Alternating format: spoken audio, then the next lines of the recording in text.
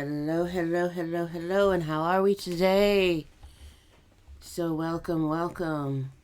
You are on the Productivity Through Peer Pressure stream. Today is Wednesday, which means it is Read and Correct Day. This week we're working on a book called Serial Killer Blues. And I just got up, so the coffee is still flowing. So, that being said, I hope you're all having a wonderful, wonderful morning. And let's get down to brass tacks.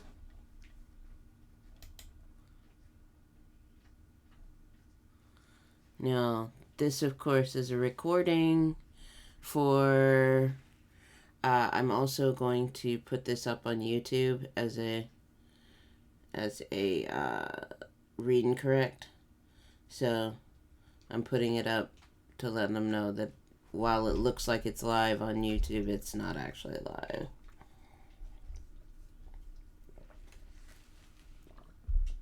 And as always, you guys are welcome to hop into chat and say what you gotta say.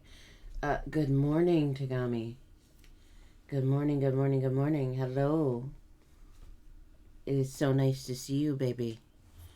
But Mommy's got things to do. Yes. So for those of you who have not been a part of the Read and Corrects or weren't around when I was writing this on For the Words, this is the story of a man who wakes up after his death in the body of a serial killer. I'm on chapter 3, Michael's End and Rebirth, which is approximately 4,800 words. Something right around there. Please don't eat the snake plant. And so I'm currently doing my reading corrects in Atticus, because Atticus is also my formatting software. So, because it's my formatting software, it also means that that it's easiest to do the corrections in the formatting software and then go back and just format it so that I can put it out. Overall, Serial Killer Blues is about 30,000 words, so it's a decent novella length book. Hello, Kami. Yes, I know. Mommy loves you. So, with Michael's End and Rebirth, which is the next chapter, this is where the rubber meets the road. So, it's about... Hi. Hi. Oh, yes. Love. It's where he finally dies and he is reborn. Hence the title of the chapter.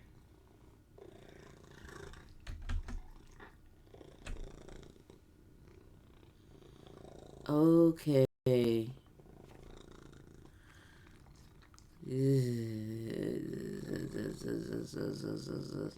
So here we go. Serial Killer Blues. Chapter 3. Michael's End and Rebirth. And yes, I know we can all hear my kitty purring in the microphone because he's loud.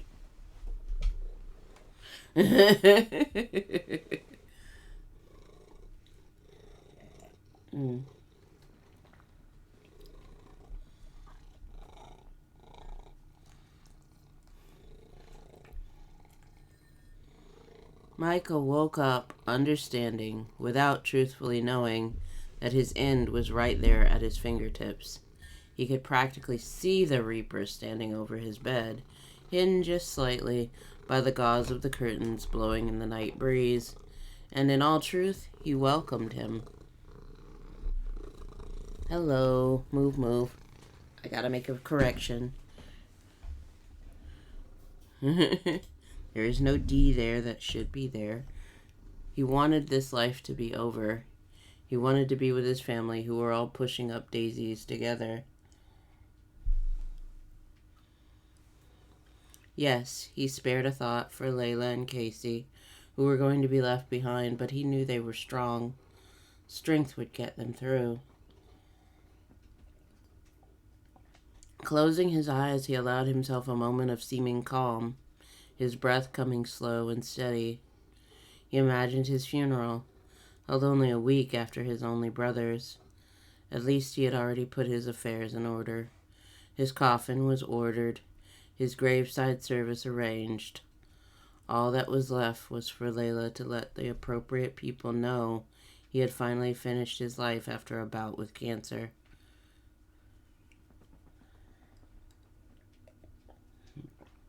Michael died at 8:45 in the evening. 2 days after the funeral of his brother, he breathed his last in his brother's house, the house where he had been born and raised.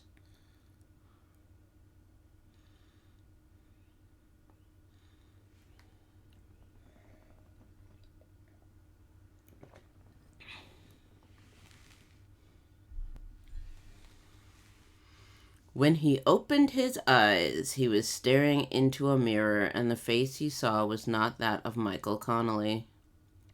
He blinked a moment or two, then allowed himself to scream. The scream seemed as though it were loud enough to shatter the glass in front of him, but the image didn't even waver. A moment later, he calmed himself. Reincarnation. Sure, he'd been reincarnated, except that didn't follow. Why wasn't he a squalling baby in someone's arms? How could he have been reincarnated as a grown man? There was no way. There was no way he could be this person he was looking at either, though. He was Michael Connolly, noted surgeon. He had died of cancer. And yet, there he was, staring into the mirror of a bathroom he didn't recognize, with a face he didn't recognize, and from what he could infer, a life he also wouldn't recognize. Who was this? How had he come to be behind these brown-green eyes? They weren't quite hazel, but an almost shitty brown-green, which made him wonder how much bullshit he'd said or done over the course of his life that his eye color looked like this.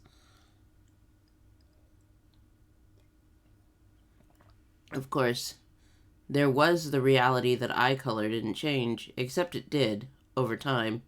Either way, he had different eyes than his own. He had different hands as well. He was gripping the porcelain of the sink with both hands as though he were about to throw up. It'll pass, he thought. Or maybe it was the person's thought of the head he was inside. Michael knew he was someone else from Collingswood. How he knew that, he didn't know, but he had a distinct feeling that the face he saw was one he had seen recently, one which had made up the mourners at his brother's funeral. Michael forced himself to take a deep breath and made himself look in the mirror again. The face there still startled him, but less so than last time. One-handed, he reached up and probed the cheekbones and the eye sockets, checking whether they were real, perhaps. If they weren't, they certainly felt solid enough. They seemed as though they were more real than anything else Michael had ever felt in his life, including the body he'd left behind. Against his will, he stepped away from the mirror, feeling the turning of being a passenger on a boat that had made a sudden turn. He skimmed the room in front of him. It was an apartment. He could almost feel the reality of that. There was a short hallway, a quick one which would lead him to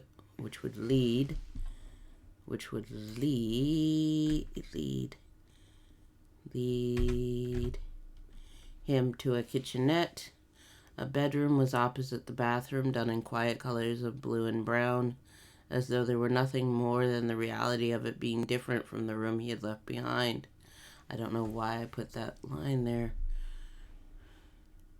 As though there were nothing more than the reality of it being different from the room he had left behind. Dude. Had the Reaper somehow played some cruel trick on him? Had he died and then been brought back as someone else in order to complete something? Was he once again a ghost riding along in a meat suit which he didn't fully have control over? That was the truth of cancer. It eroded one's control of the body. He walked into the bedroom and sat down on the edge of the bed, though Michael controlled none of that. He took off a pair of utilitarian work boots. They were brown, but looked as if they had just been recently scraped. What the hell is going on? Michael thought, though he was certain there were different thoughts probing around the edges of his own, like he was an invading particle underneath the skin.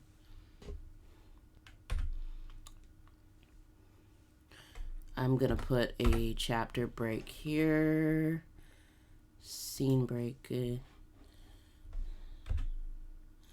Oh, I forgot. Those things are much bigger looking than they actually are. Okay. Michael had fallen asleep as a part of this new face.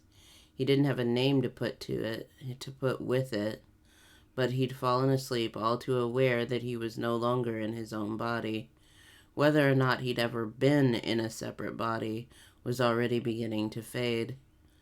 He didn't know he was separate from whatever was going on in this body,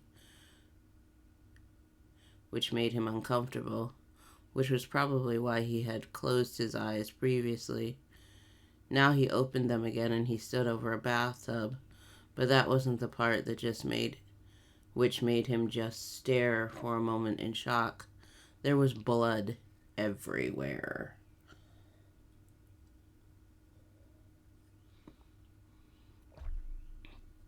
Of course, there was the body in the tub, fully clothed and covered in blood, but that wasn't what initially stopped him from continuing with whatever motion he was making with the knife in his hand. Michael nearly dropped the knife in his hand, but he managed to clutch it tight in the last moment.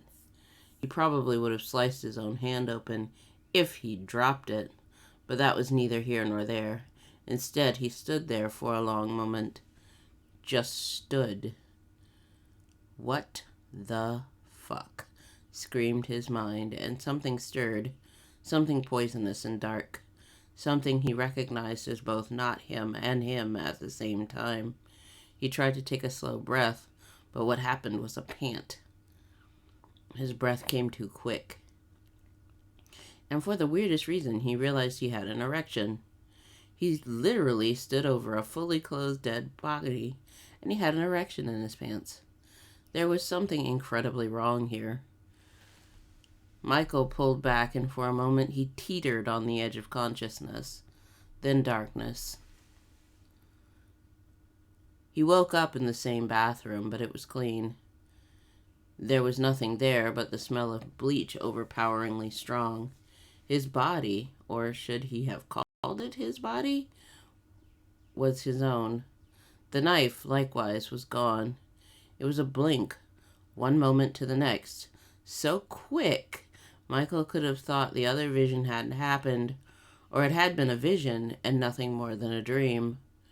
Of course, that idea lasted long enough for him to realize he was still wearing some of the blood. His hands were covered in it. How had he cleaned the entire bathroom? And he knew now that he had cleaned it, and still had blood under his nails and on his fingers.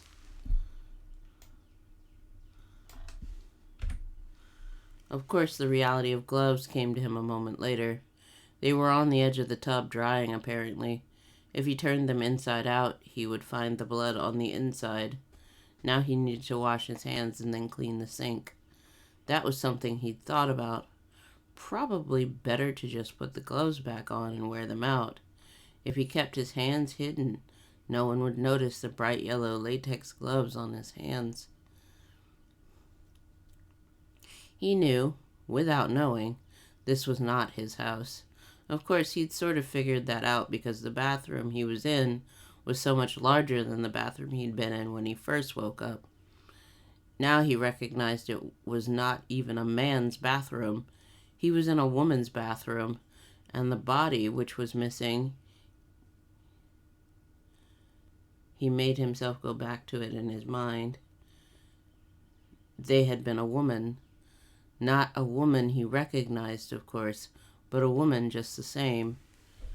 He went back to the uncomfortably erect feeling he had earlier. Michael pushed the thought away immediately. He had not. Whoever this was might have, but he had not. He had too much respect for a woman to even touch a drunk one, much less a dead one. The person whose body he was riding in, which was the only way he could describe it to himself, moved again, putting on the gloves and snapping them back into place. He, or they, how did one describe this situation, were going to leave the bathroom done up this way, cleaned.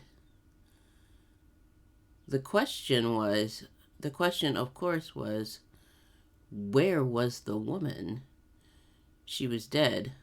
Michael knew enough about anatomy to know if there was blood sprayed everywhere, there was not enough left in the body to retain life. So where was the body? What had they done with the woman?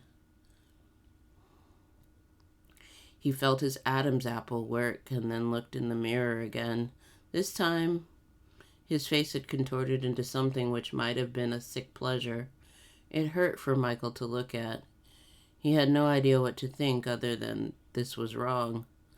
So wrong. Other than this was wrong.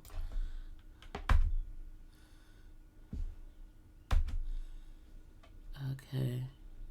They walked out of the apartment. This was another apartment.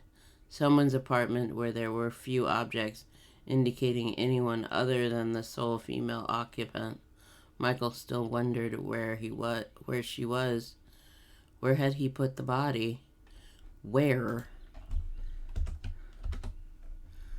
Then he turned, just as he was leaving through the front door. She was there, on the couch, splayed as though she had an unrestful sleep, her cut throat livid against her skin like a burn mark. They, the owner of the body, surveyed their handiwork for a moment longer. Then they put their hand on the doorknob and let themselves out of the apartment. Someone would find her eventually. Eventually. Maybe not until she had started to stink. There was something in his pocket, a reminder of what he had done. Something he was going to take home and put on his trophy shelf because her death was as beautiful as that of a 13-point buck. Michael recognized the streets of Collingswood from the window as they walked down the stairs of the small apartment building. There were no high-rises where his family lived. Therefore, he was still in the town he called home now. The building was one of maybe 3 or 4, which rose more than 2 stories. At the bottom of the stairs, they exited the building. There was a light drizzling rain going on, and Michael had to wonder as to the season. His body wore a rather sizable coat. That could have been because of the weather, or because of the implements he was certain he felt under the coat. Implements of torture. They walked down the sidewalk, not hurrying, but almost as if they were daring someone to notice them, to challenge them. Why would anyone challenge them?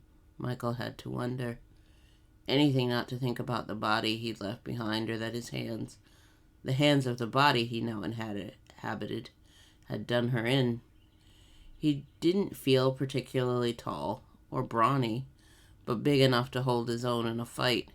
His right hand in his pocket, Michael tried to figure out what the body had taken from the apartment to remember the woman by. Skinny, flat, with rounded edges. A driver's license. It came to him almost immediately. Driver's licenses were useless when the person was dead, But then again, they could be used to identify the person in question. Assuming there was enough left of them to identify, Michael reluctantly cast his mind back to the moment he realized the woman was on the couch and tried to think of what he had seen of her face. He couldn't make himself see it. Instead, he found his eyes had concentrated on the livid mark of her cut throat, never venturing above that. The body had stopped. Michael realized it a moment after it happened. They were looking at something. A sign. A tavern bar sign. It was one Michael recognized offhand because he was, or had been, a patron there a time or two. They had good onion rings at this place. Then they were going inside.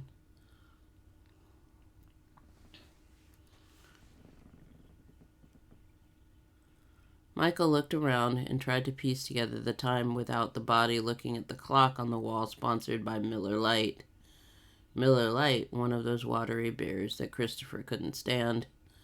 Not to mention how he felt about those who normally drank them. Dude bros who were turned into dad bods trying to watch their weight, but still think of themselves as virile men. Christopher made fun of them because they couldn't make fun of themselves. He'd had a beer belly, but he'd also been willing to own it as his gas tank. Christopher was dead. So was he. Michael wondered again if this was what reincarnation really meant. If it was, the Buddhists were in for a rude awakening when they woke up as a passenger in someone else's body, especially one with urges apparently like this one. His hands were dirty, still a little bloody, but no one could pick out the difference between blood and grease in the dimness of the bar. It must have all looked the same to the bartender, who was the only person with a light behind his head. Behind their head. The voice that came out of the body was a new one to Michael. He'd never heard it before, and certainly didn't credit it as his own. One of my usual. What did I do with the gloves? Because he was wearing gloves when he left the apartment. What did I do with the gloves? Because we just talked about his hands. Okay. So that's something I need to do.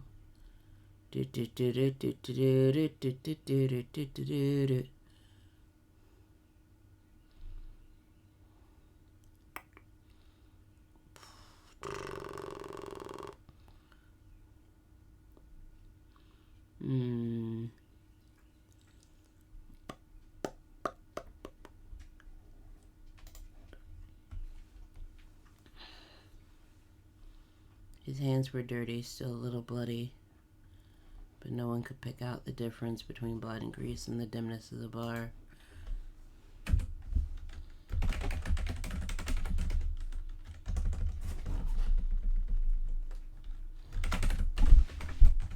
Hi, baby. No, sit over there. Go sit over there.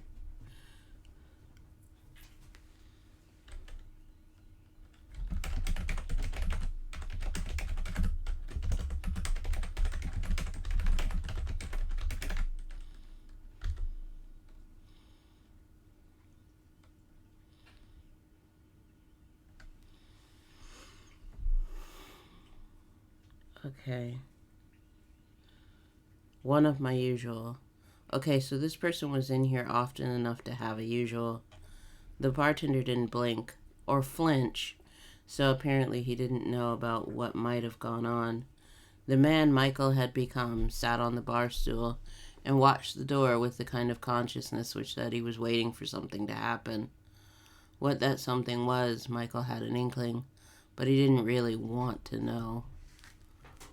What he really wanted to know was, now that he was here, how did he get out?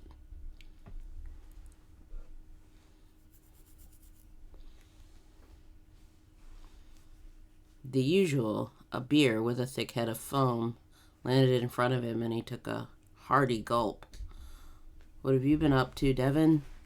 The bartender asked. And for the first time, Michael had a name to put with the face. Devin. Did he know a Devin?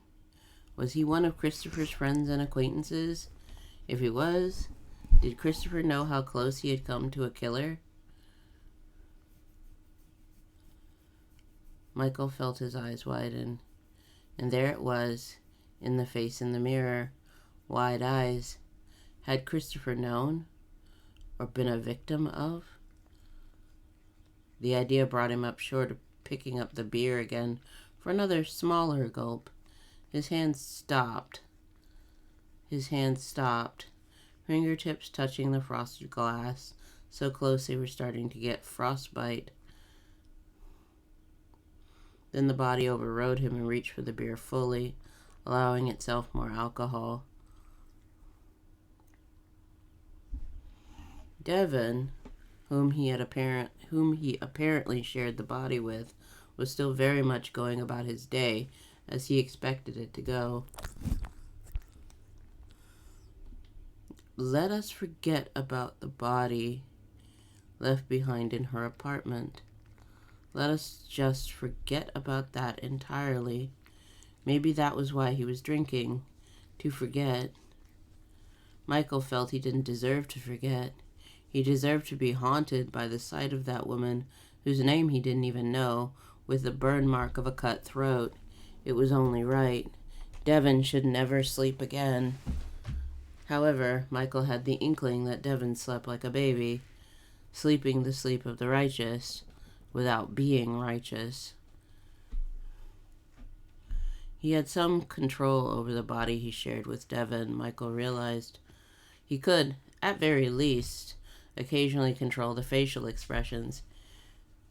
He had to wonder if that also meant he could talk. Could he? He opened his mouth for a moment. It was just an experiment, but it was one he needed to complete. No words came out despite him working the jaw up and down like a puppeteer. Of course he couldn't speak. He couldn't make Devin talk. He wanted, desperately, to make the man confess to the killing that had just happened, but even if he could, would anyone believe? He didn't know Devin. Devin might have been one of those quiet types no one ever suspected of anything. Or he might be the rowdy type who they couldn't help but suspect was making things up in order to make himself seem bigger than he was. Either way, Michael was pretty sure the bartender wasn't exactly the right person for the confession. Confession was good for the soul, and happened a lot when alcohol was involved, which meant the bartender had probably heard it all.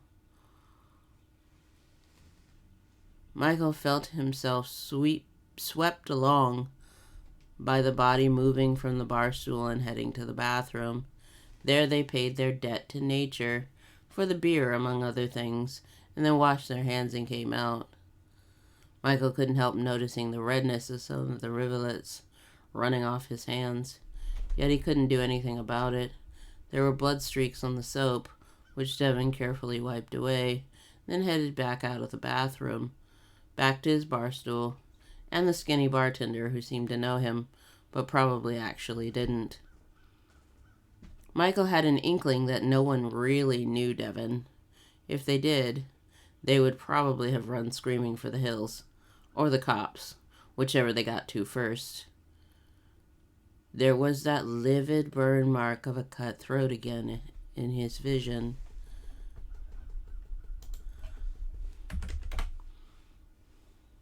Instead, Devin's head. Okay. That was inside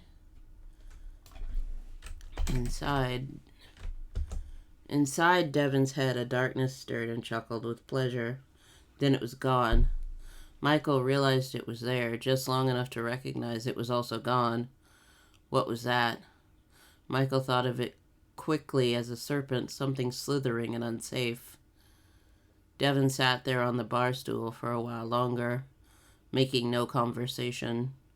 He also nursed that one beer after the first 2 gulps, as though he were building an alibi. Was he? Michael wanted to ask questions of the Devon part of their brain. Their brain. He had to consider it as part of himself now. He had to, because otherwise he was going to get cabin fever inside of this head. That might or might not be a good thing, considering he was already going rather mad when he thought about it. He died. And ended up trapped in a body he seemed to have little control over aside from a few facial expressions. And this person, this Devon person, who was the owner of this body in which he found himself a passenger, was apparently a killer. Not just a killer of animals, but a killer of people. People are animals. That voice popped up and disappeared with the ease of wind, and it sounded a little too rational, a little too certain for Michael's taste. This was the voice which made killing easy.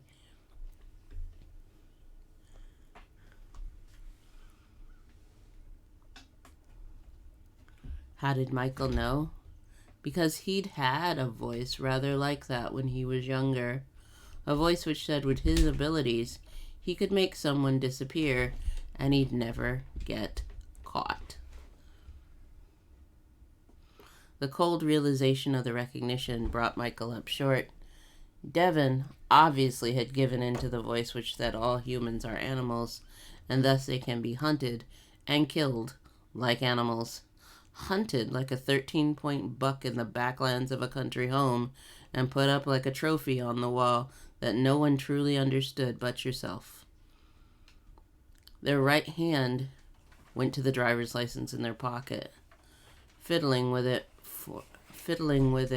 a moment, a secret interior smile coming up, which was filled with venom and smelled of a blood-soaked towel left to dry in the sun. Michael felt the urge to scream. He fought it, tooth and nail. He imagined himself with a pillow held over his face to keep from making any noise. He imagined it so thoroughly that he was certain not one sound came out of Devon's mouth to indicate something strange was going on. The something strange? Devon's mental passenger was trying to keep from doing something drastic, like attempting to frog march Devon into traffic. It would kill him. He could only hope it would kill both of them. The monster Devon was a chrysalis of becoming, and the man inside of him who had given his entire life to the preservation of human life. That was the only reason Michael couldn't do it. Chrysalis. He warred for it, wanted it, but couldn't bring himself to kill Devon no matter what the man had done. He'd always been pro-life, even when it came to the animals in prison facing the death penalty.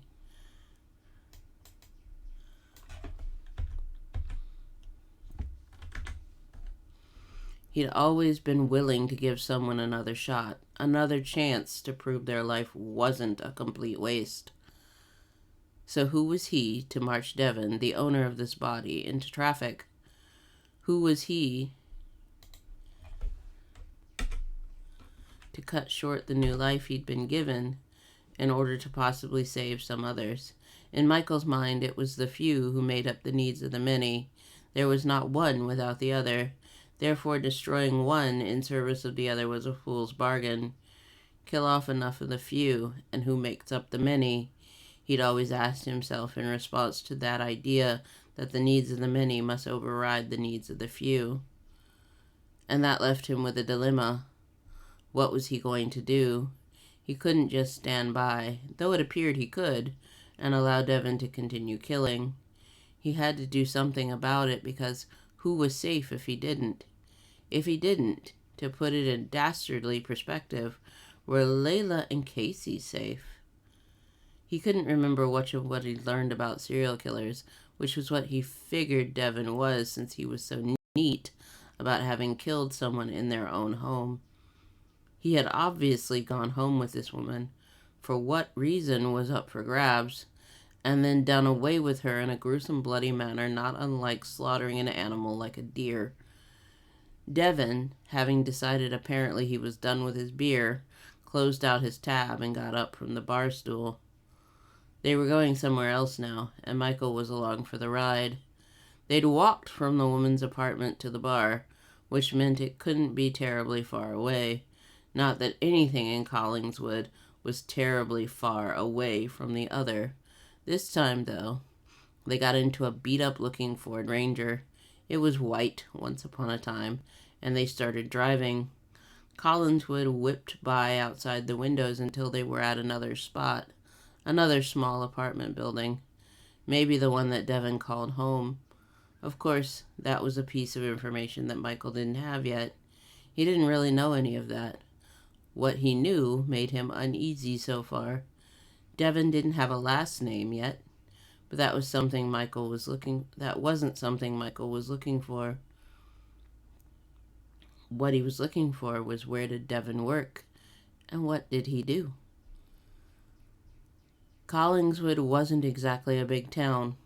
There weren't a lot of places to work inside the town limits, which meant Devin probably commuted to somewhere else to work. Of course, that also meant he was probably stalking others. Michael racked his brain for what he knew about killers. He'd seen enough crime shows that he sort of knew something about it, but it was very surface-level knowledge.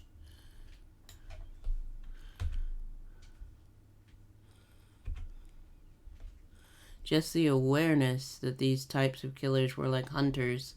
They knew what kind of prey they liked, and they tended toward making sure they got that kind of prey. Why was he thinking of a human being as prey? Michael amended the thought in his mind that they got the right kind of human. He wasn't going to start thinking of human beings as anything less than human beings, was he? He didn't want to,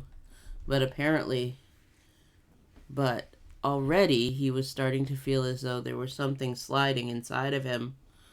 Was it Devin's influence, or that darkness he felt in the man's mind, which didn't seem to need or have a name? It had a serpentine motion to it, the thing in Devin's head. It affected him. Michael assumed, because there was nothing in Michael's mind which would account for the idea that humans were anything less than humans. When they entered the apartment where Devin lived, Michael started trying to see what there was to see. Of course, he couldn't really turn Devin's head, but he could filter things through what Devin was seeing. The living room they walked through was sparse, just a television and one major chair. He obviously wasn't the type to have anyone over for a party because it was a single-person chair. They moved through the short hallway to the bedroom, and there Michael caught the true extent of what was going on and why Devin didn't have anyone in his apartment. There was a small section of the bedroom wall which was plastered with licenses. All of them were female, from what Michael could skim as Devin prepared to add another to the collection.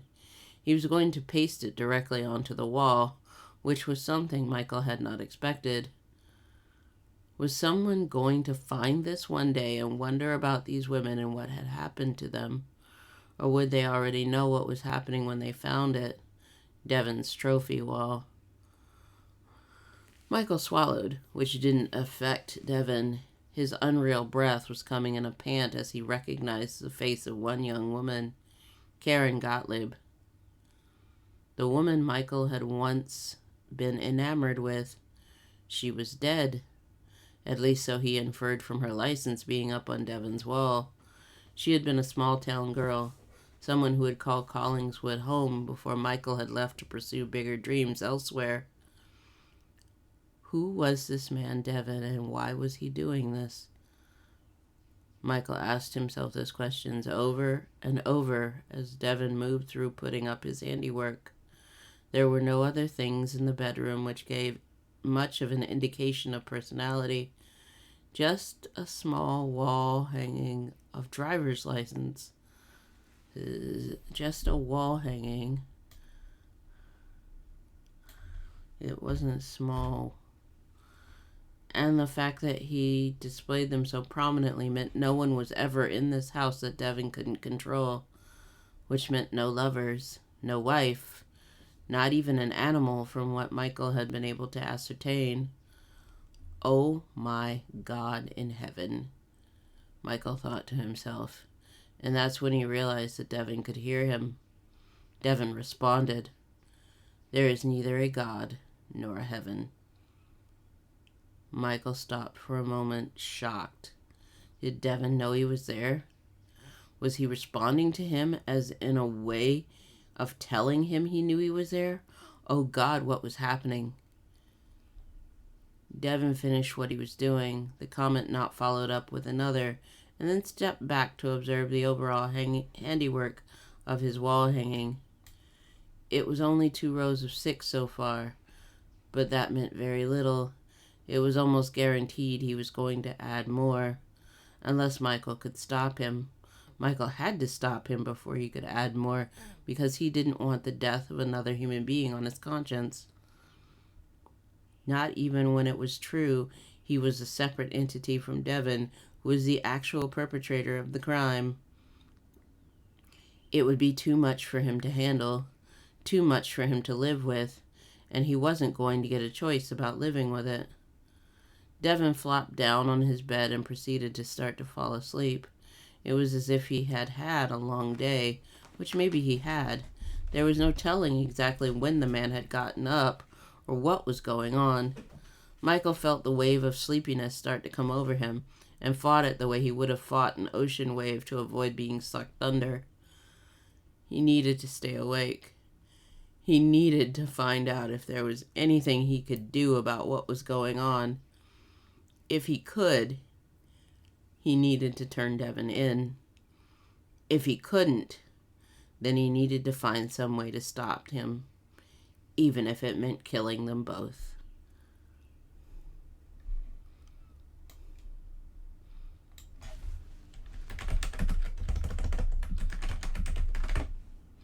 All right, so that is chapter 3. All right. Woohoo! So that's chapter 3, Michael's End and Rebirth. Oi.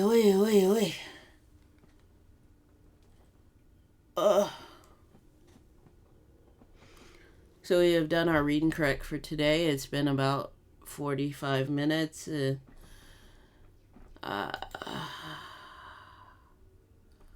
Yay! Woo! So that being said, we're going to head out and get some other stuff done for today. So, as I always like to say at the end of stream, kiss the ones you love, rock the life you want.